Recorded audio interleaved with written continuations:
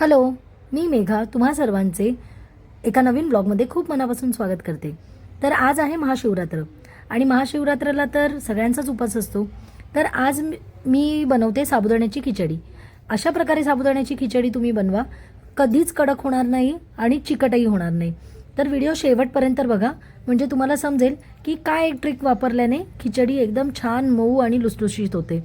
तर सगळ्यात पहिलं आपण एक छोट्या वाटणाची तयारी केली आहे, ज्याच्यामध्ये सुकं खोबरं, हिरव्या मिरच्या, आलं आणि जिरं घातलेलं आहे आणि आपल्याला पाणी न घालता हे वाटून घ्यायचं आहे।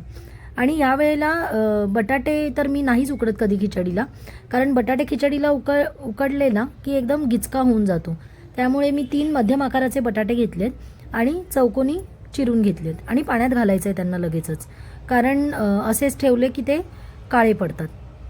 तर चला आता आपण फोडणीची तयारी करूया। तर कढईमध्ये मी तूप घातलेलं आहे। मी शक्यतो खिचडी ही तुपातच करते, कारण तुपात केलं ना की चव पण छान लागते। थोडंसं आपण वाटणात जिरं तर घातलंच होतं, पण आता थोडंसं जिरं मी या फोडणीत पण घातलेलं आहे। कुणी कढीपत्ता जर उपासाला खात असाल तर कढीपत्ता तुम्ही घालू शकता। आम्ही खात नाही उपासाला कढीपत्ता, म्हणून मी नाही घातलाय। बरीच जण कोथिंबीर पण खातात, कढीपत्ता खातात, त्यानंतर लिंबू पिळतात, पण आम्ही यातलं काही खात नाही, त्यामुळे मी फक्त जिरं घातलं आहे। आता हे वाटण व्यवस्थित परतून घ्यायचं आहे आणि त्याच्यानंतर आपण चिरलेले बटाटे टाकायचे। बटाटे पण चांगले परतून घ्यायचे। उकडून टाकण्यापेक्षा बटाटे जर असे टाकलेत ना तर बटाट्यांना एक क्रंचीनेस येतो आणि टेस्टी लागतात एकदम। नक्की तुम्ही असं एकदा करून बघा। आता आपण बटाटे परतून घेतलेत चांगले आणि आता ह्याच्यावर आपल्याला झाकण ठेवायचं आहे बटाटे शिजेपर्यंत।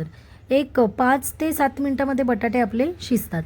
आता तुम्ही बघू शकता बटाटे छान माझे शिजलेले आहेत आणि पुन्हा एकदा परतून घ्यायचं खाली। जर हे बघा बटाटे शिजलेले आहेत।